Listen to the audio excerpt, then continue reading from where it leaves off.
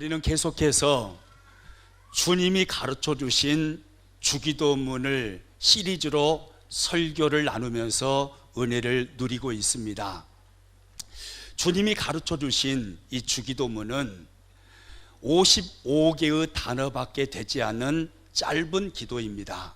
그러나 이 기도 안에 기도의 본질이 무엇이며 우리의 기도를 받으시는 기도하는 기도의 대상이 누구이며 기도의 내용이 무엇인가가 잘 담겨 있습니다. 우리의 기도를 받으시는 그리고 우리가 기도하는 기도의 대상은 누구입니까? 우리 주님은 그렇게 말씀합니다. 오늘 본문 2절 말씀 같이 한번 읽습니다.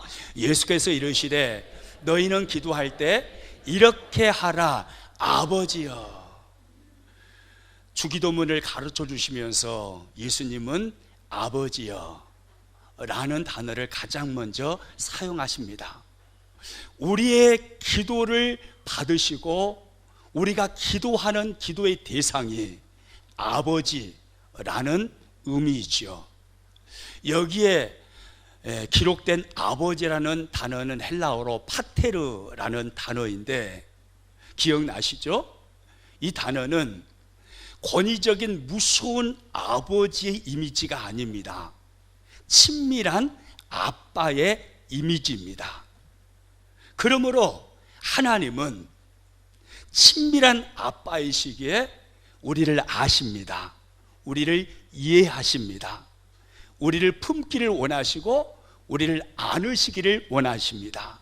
우리의 작은 신음에도 응답하시는 아빠 하나님이십니다. 할렐루야. 기도의 대상에 대해서 주님이 가르쳐 주시는데 마태복음을 기록하고 있는 마태는 이 부분을 이렇게 적고 있습니다. 마태복음 6장 9절 같이 한번 읽습니다. 그러므로 너희는 이렇게 기도하라. 하늘에 계신 우리 아버지여 이름이 거룩히 여김을 받으시오며. 하늘에 계신 우리 아버지여 라고 말씀합니다. 우리의 아빠이신 하나님은 육신의 아버지가 아니라 하늘에 계신 아버지라는 말씀입니다. 육신의 아빠는 한계가 있죠. 그러나 하늘에 계신 아빠 하나님은 한계가 없으신 전능하신 분이심을 우리는 믿습니다. 그분에게 부와 귀가 있습니다. 모든 존귀와 영광과 크게 하심과 이기게 하심이 그분의 손에 있습니다. 그러므로 우리 인생의 모든 문제의 해답은 하나님 손 안에서 해결받게 되는 줄로 믿으시기 바랍니다.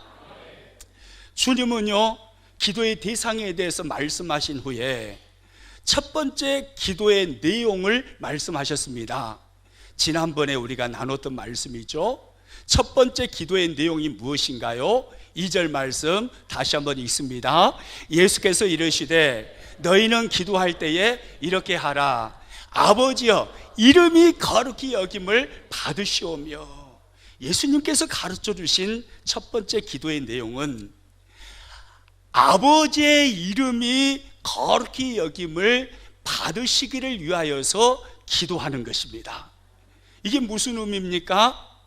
적극적으로는 하나님의 이름에 합당한 모든 영광이 하나님께 돌려드려지기를 원한다라는 기도의 내용입니다.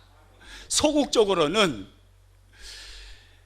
세상 속에 묻혀서 육신대로 살지 아니하고 하나님의 이름을 더럽히지 아니하고 나의 삶에 거룩을 지켜내는 삶을 살기를 원합니다 라는 의미입니다.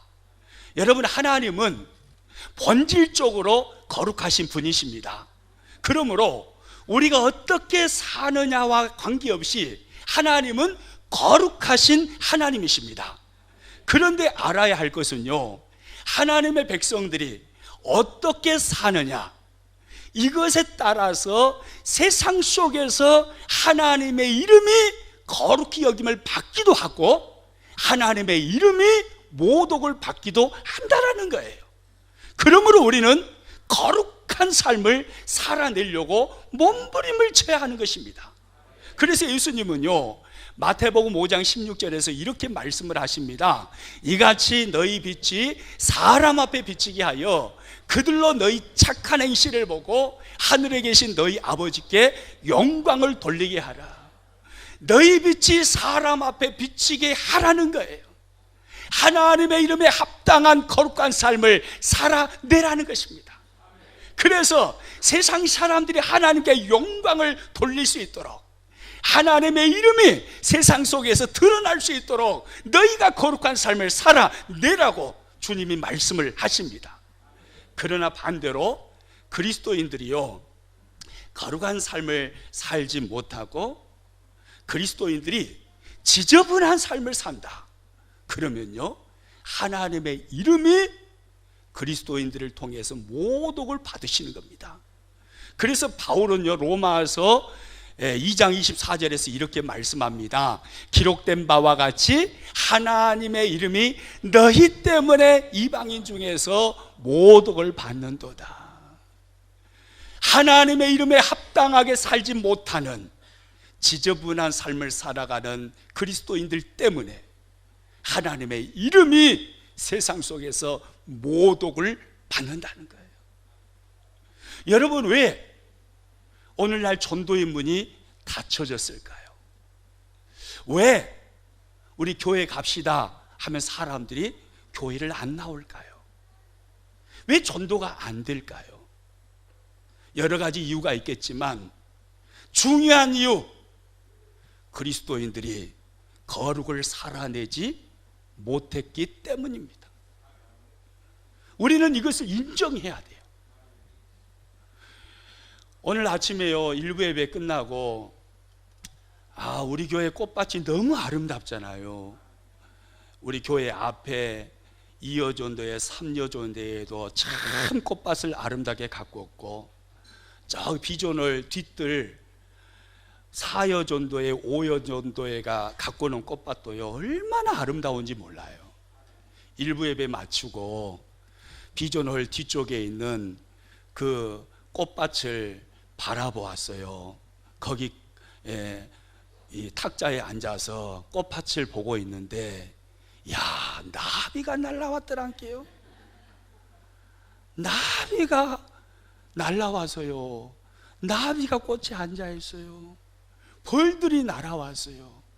벌이 앉아서 꿀을 따먹고 있더라니까요. 그걸 보면서 이런 생각을 했습니다. 그래, 교회가 거룩하다면, 교회가 향기를 세상 속에 품어낼 수 있다면 사람들은 교회로 몰려 들어오게 될 건데. 할렐루야. 그래요.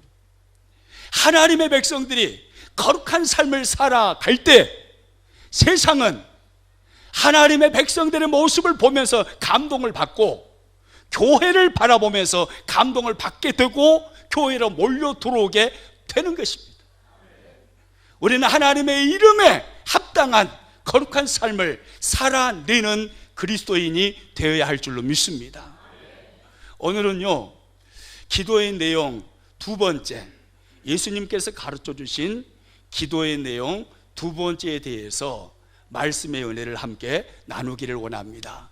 예수님께서 가르쳐 주신 기도의 내용 두 번째는 무엇일까요? 오늘 본문 2절에 보니까 이렇게 성경이 말씀합니다. 예수께서 이르시되 너희는 기도할 때에 이렇게 하라.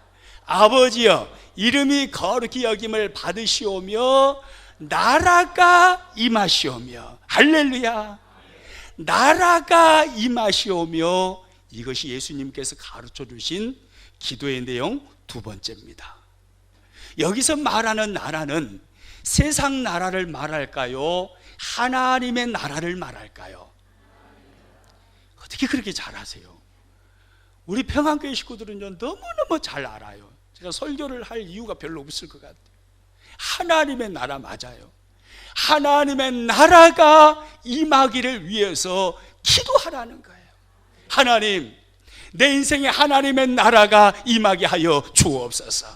하나님, 내 가정에 하나님의 나라가 임하게 하여 주옵소서. 하나님, 내 일터와 직장과 사업장에 하나님의 나라가 임하기를 원합니다. 하나님, 내가 섬기는 교회에 하나님의 나라가 임하기를 원합니다.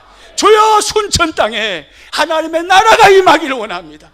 주여, 대한민국에 하나님의 나라가 임하기를 원합니다. 이 기도하라는 거예요. 하나님의 나라가 임하기를 위해서 기도하라고 주님이 가르쳐 주셨습니다. 여러분, 성경을 자세히 보면요, 우리 예수님은요, 하나님의 나라에 대하여 큰 관심을 가지고 계셨습니다. 주님은 모든 사람들이 하나님의 나라를 얻기를 원하셨고 그 하나님의 나라를 누리기를 원하셨습니다. 그래서 성경을 보면요, 예수님께서 공생의 사역을 시작하시면서 가장 먼저 입을 여셔서 말씀하신 그 말씀이 바로 하나님 나라였습니다. 마가복음 1장 14절 15절 같이 있습니다. 요한이 잡힌 후 예수께서 갈릴리에 오셔서 하나님의 복음을 전파하여 이르시되 때가 찼고 뭐가요? 하나님의 나라가 가까이 왔으니 회개하고 복음을 믿으라 하시더라. 예수님께서 가장 먼저 공생애를 하시면서 말씀하신 내용이 바로 하나님의 나라였습니다. 예수님의 공생의 사역 중에도요, 복음서를 보면 하나님의 나라를 굉장히 큰 비중으로 다루고 있음을 알 수가 있습니다. 마태복음 13장에 가서 보면 하나님의 나라를 씨 뿌리는 비유로 설명을 하십니다. 또 겨자씨 비유로 설명을 하십니다. 누룩 비유로 설명을 하십니다. 좋은 진주 비유로 설명을 하십니다. 그리고 마태복음 20장에 가서 보면요, 천국은 마치 품꾼을 찾아 포도원에 아침 일찍 나간 집주인과 같다라고 말씀하셨습니다. 마태복음 25장에 가서 보면요, 천국은 마치 등불을 들고 신랑을 맞이하러 나간 열처녀와 같다라고 말씀하셨습니다. 예수님의 공생의 사역에서 하나님의 나라는 굉장히 큰 비중을 차지하고 있었던 것입니다. 그리고 예수님께서 우리의 모든 죄를 짊어지시고 십자가에 죽으시고 3일 만에 부활하신 후에 며칠 동안 이 땅의 제자들과 함께 거하시고 승천하셨나요? 이건 잘 모르겠어요. 며칠입니까? 40일. 그렇죠. 40일 동안 이 땅에 머무르셨습니다. 40일 동안 부활하신 주님이 제자들을 만나시고 이 땅에 머무르시면서 제자들을 향해서 예수님께서 주로 말씀하시고 가르치신 내용이 뭐냐면 그건 역시 하나님의 나라였습니다. 사도행전 1장 3절입니다. 그가 권한 받으신 후에 또한 그들에게 확실한 많은 증거로 친히 살아 계심을 나타내사 40일 동안 그들에게 보이시며 하나님 나라의 일을 말씀하시니라. 할렐루야. 부활하신 주님이 40일 동안 제자들에게 보이시면서 무슨 일을 말씀하셨다고요? 하나님 나라의 일을 말씀하셨어요.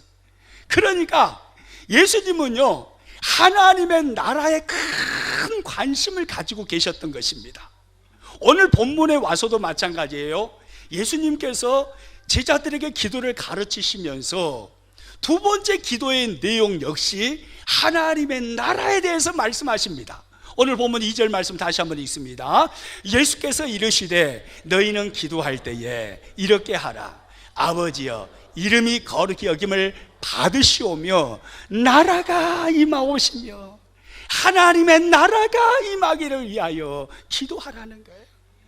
여러분, 이렇게 살펴본 것처럼 예수님은요, 모든 사람이 하나님 나라를 얻기를 원하셨습니다. 그리고 모든 사람이 하나님의 나라를 누리기를 원하셨습니다.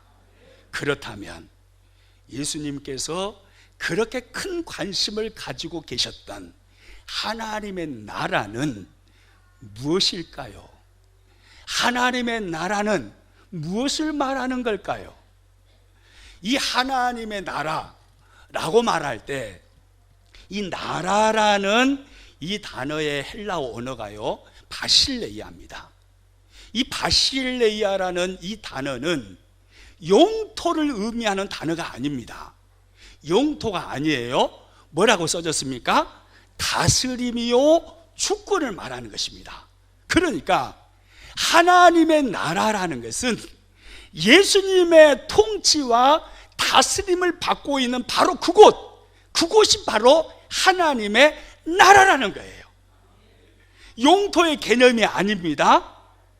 예수님이 다스리시고 예수님이 통치하시는 바로 거기가 바로 하나님의 나라라는 거예요.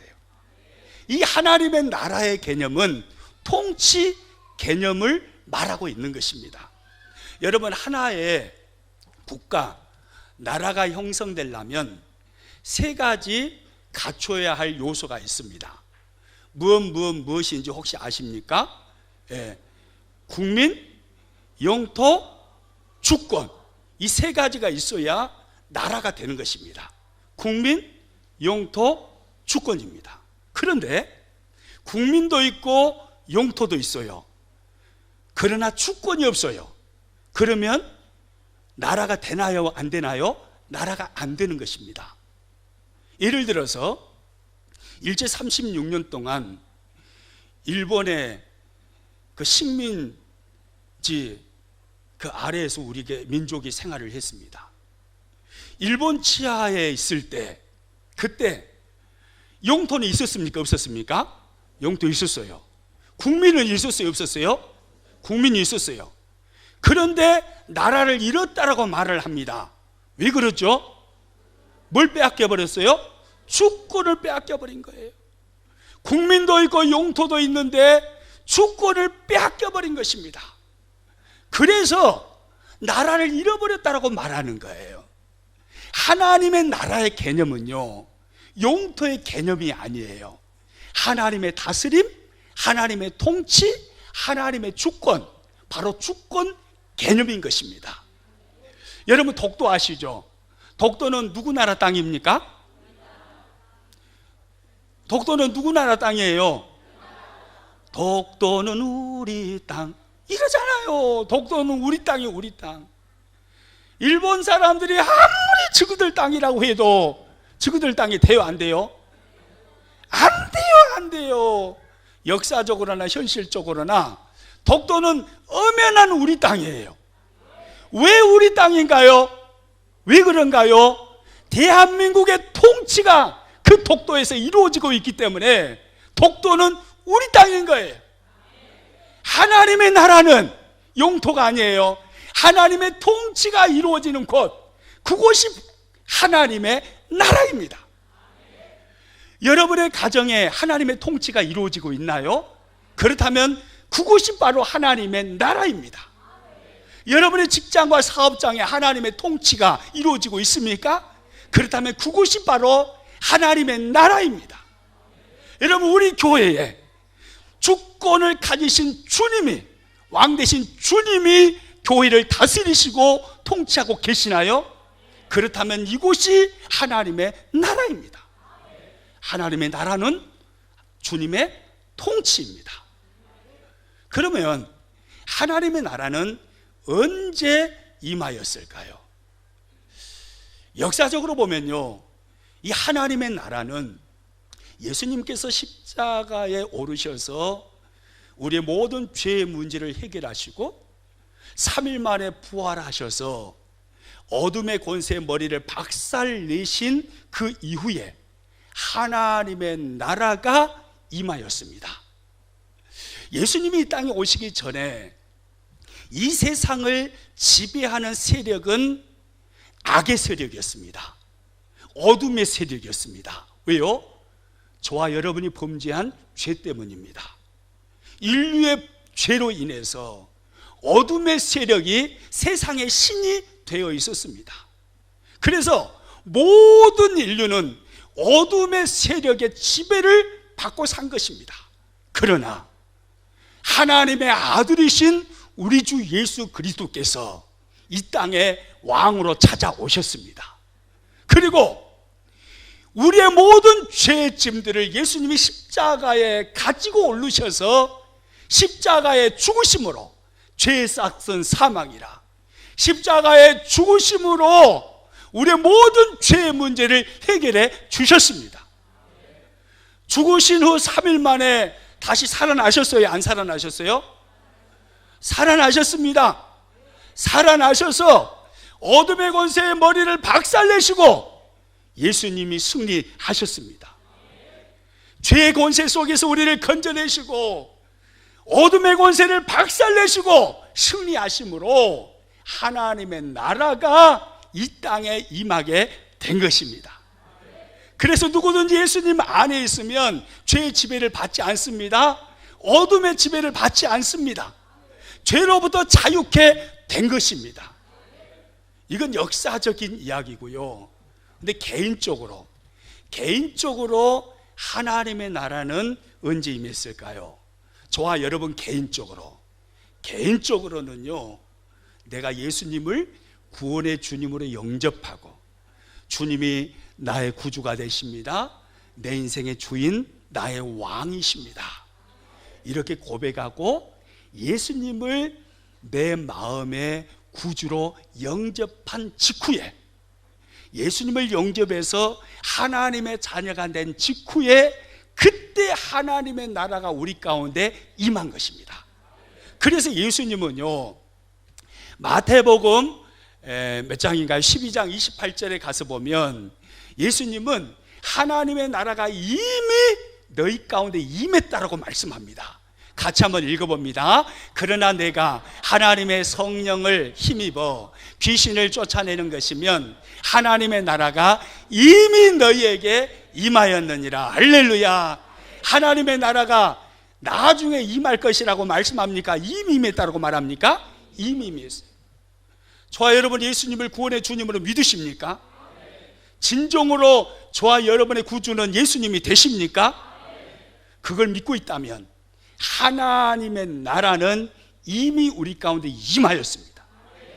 예수님을 믿는 순간에 하나님의 나라가 나에게 임했고 내 안에서 시작되어 온 것입니다. 할렐루야. 여러분, 그러면 하나님의 나라가 예수님 믿는 순간에 우리에게 임했다고 했는데, 하나님의 나라가 임하면 어떤 역사가 일어날까요? 어떤 역사가요? 아까 읽었던 마태복음 12장 28절 말씀 다시 한번 읽습니다. 그러나 내가 하나님의 성령을 힘입어 귀신을 쫓아내는 것이면 하나님의 나라가 이미 너희에게 임하였느니라. 할렐루야. 하나님의 나라가 임하면 누가 쫓겨나갑니까? 귀신이 쫓겨나가는 거예요. 하나님의 나라가 임하면, 왜요? 왕 대신 주님이 통치를 하시니까. 왕 대신 주님의 부활을 통해서 어둠의 권세의 머리를 박살내려 버리셨으니까요.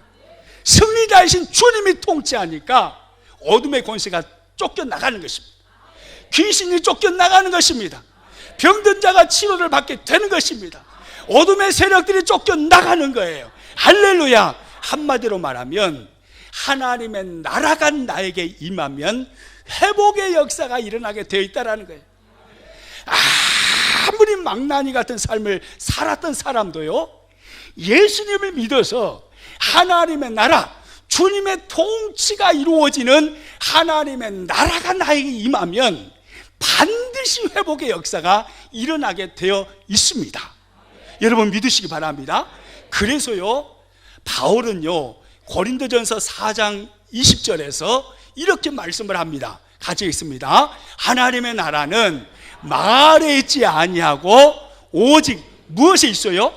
능력에 있음이라. 따라서 합니다. 하나님의 나라는 말에 있지 아니하고 오직 능력에 있음이라. 여러분, 이 말이 무슨 말입니까? 하나님의 나라는 말이 아니라는 거예요. 하나님의 나라는 능력이 나타난다라는 거예요. 하나님의 나라가 임하면 역사가 일어나게 되어 있다라는 거예요. 예수님의 통치가 이루어지는 하나님의 나라가 내 인생 가운데 임해버리면 왕 대신 주님으로 인해서 어둠의 세력이 떠나가게 되어 있고요, 회복의 역사가 일어나게 되어 있다라는 거예요. 하나님의 나라는 말이 아닙니다. 하나님의 나라는 능력입니다. 할렐루야. 저와 여러분 안에 하나님의 나라가 임했습니까? 주님의 통치가 이루어지는 하나님의 나라를 지금 살고 있습니까? 그렇다면 저와 여러분의 삶에 회복의 역사가 일어나고 있는 것입니다. 그리고 앞으로 계속해서 일어나게 되는 것입니다. 왜요? 왕이신 주님이 통치하시니까요. 어둠의 권세를 이기신 주님이 통치하시니까 어둠의 세력은 떠나가게 되는 거예요. 회복의 역사가 일어나게 되는 거예요. 할렐루야. 여러분 믿으십시오. 여러분 우리나라 봐보십시오. 구한말 우리 조선 땅은요 정말 가난했습니다.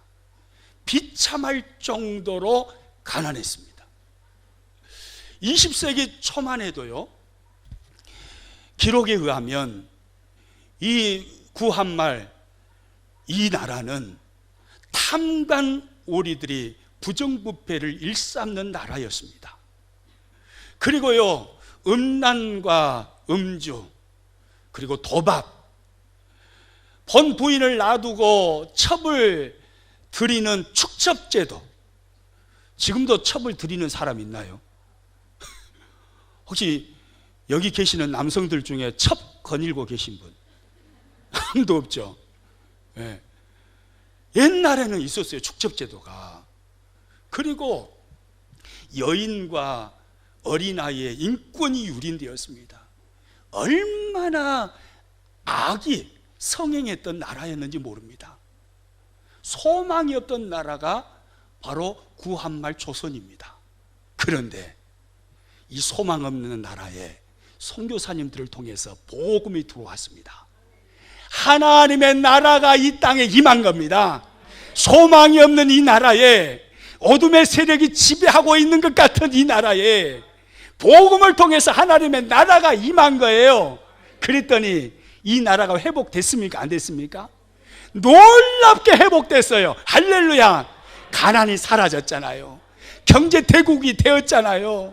지금은 여성들이요 남성들보다요 고난이 더 센 것 같아요. 집에 가보세요. 남자들 꼼짝 못합니다. 예? 집의 주인은요 여자인 것 같아요. 요즘은요 우리 교인들 빼놓고. 예? 여자가 어른이라고요?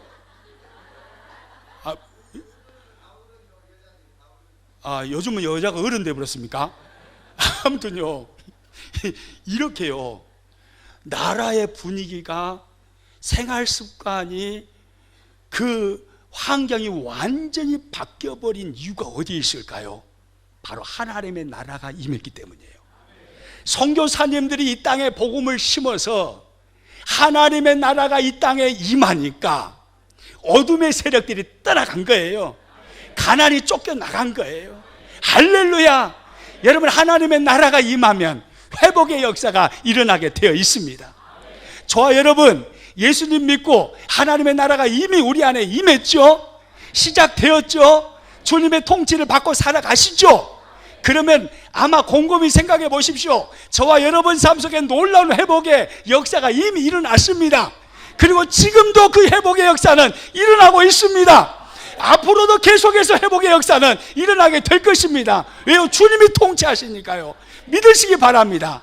따라서 합니다. 내 삶의 미래는 밝습니다. 할렐루야. 여러분 왜 밝을까요? 그래요. 하나님의 나라가 임하여서 내가 하나님의 나라 안에서 살고 있기 때문이에요. 주님의 통치가 이루어졌고 왕 대신 주님이 나를 다스리기 때문에 어둠의 세력들이 떠나가는 거예요. 그러니까 저와 여러분의 미래는 밝아질 수밖에 없어요. 할렐루야. 여러분 또 하나, 그러면 하나님 나라의 열매는 무엇일까요?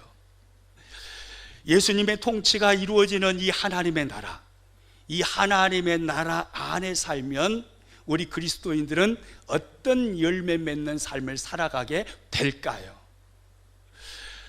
로마서 14장 17절은 이렇게 성경이 말씀합니다. 같이 읽습니다. 하나님의 나라는 먹는 것과 마시는 것이 아니요 오직 성령 안에 있는 의와 평강과 희락이라. 할렐루야.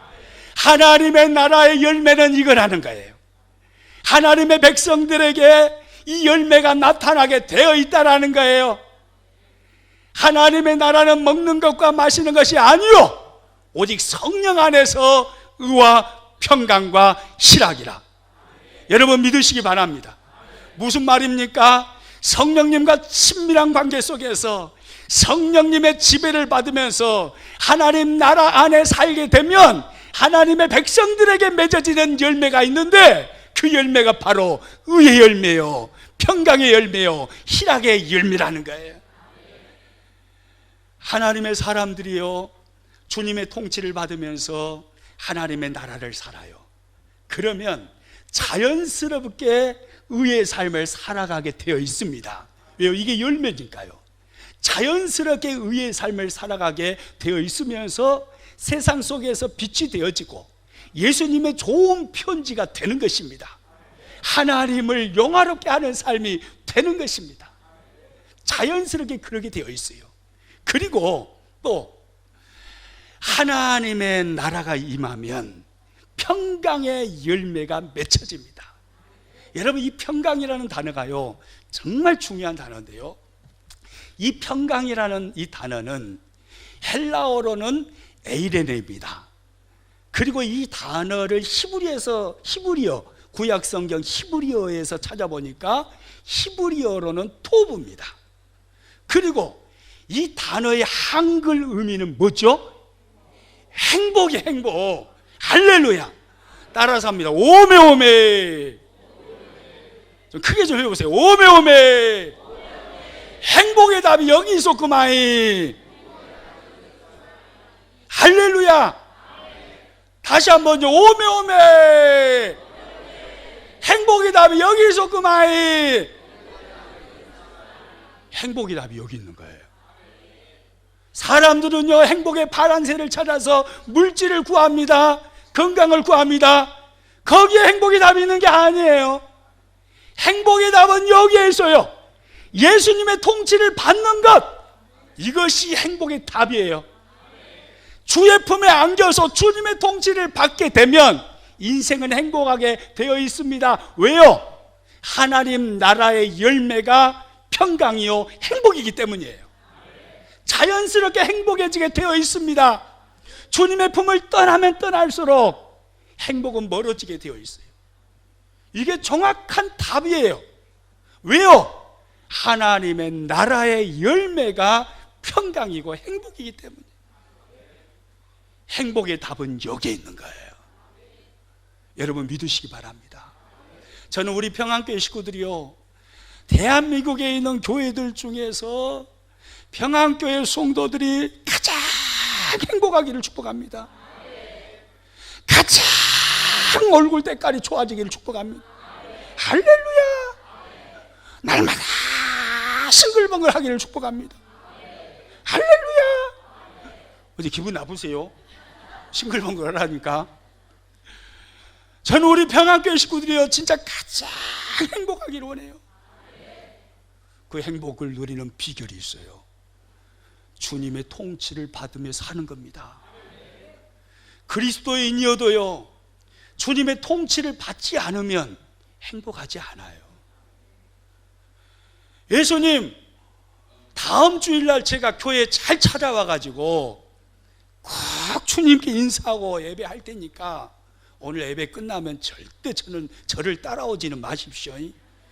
그냥 평안교회에 가만히 계시다가 한 주 살고 난 다음에 다음 주에 주님 저 왔어요. 잘 계셨죠? 반가워요 주님.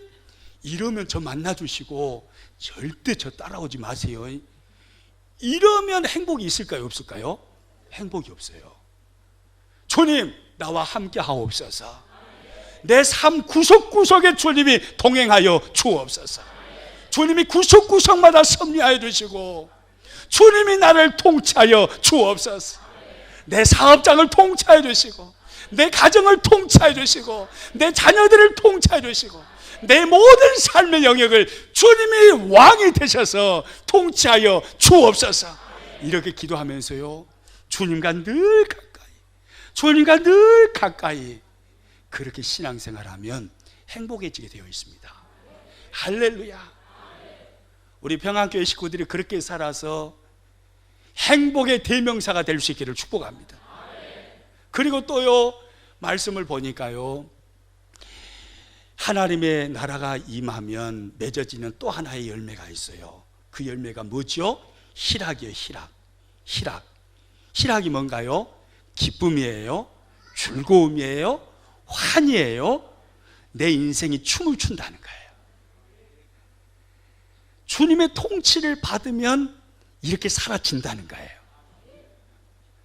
돈 많이 벌어서 내 인생이 춤춰지는 게 아닙니다.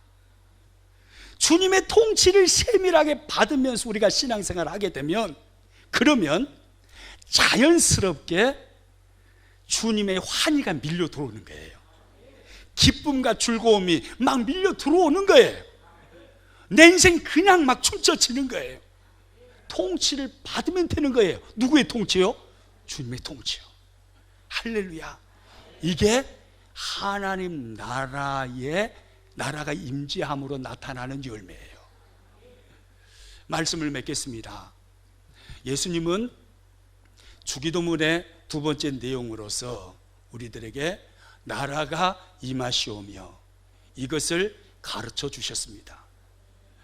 하나님 나라의 임재 열매가 의와 평강과 희락이라면, 주님이 이 기도를 우리들에게 가르치시면서 우리들에게 이 기도를 하라고 말씀하시는 이유가 뭘까요?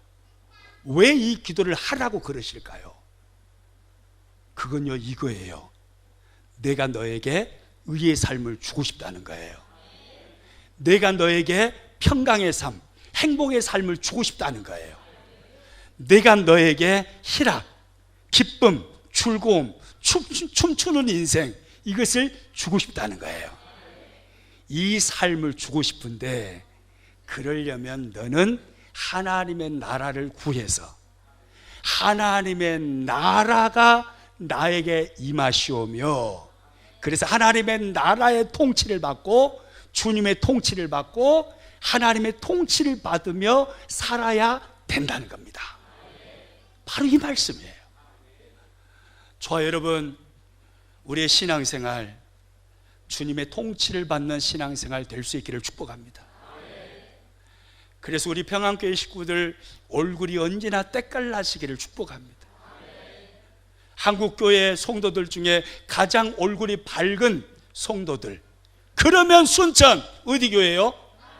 평안교회. 할렐루야. 언제나 싱글벙글,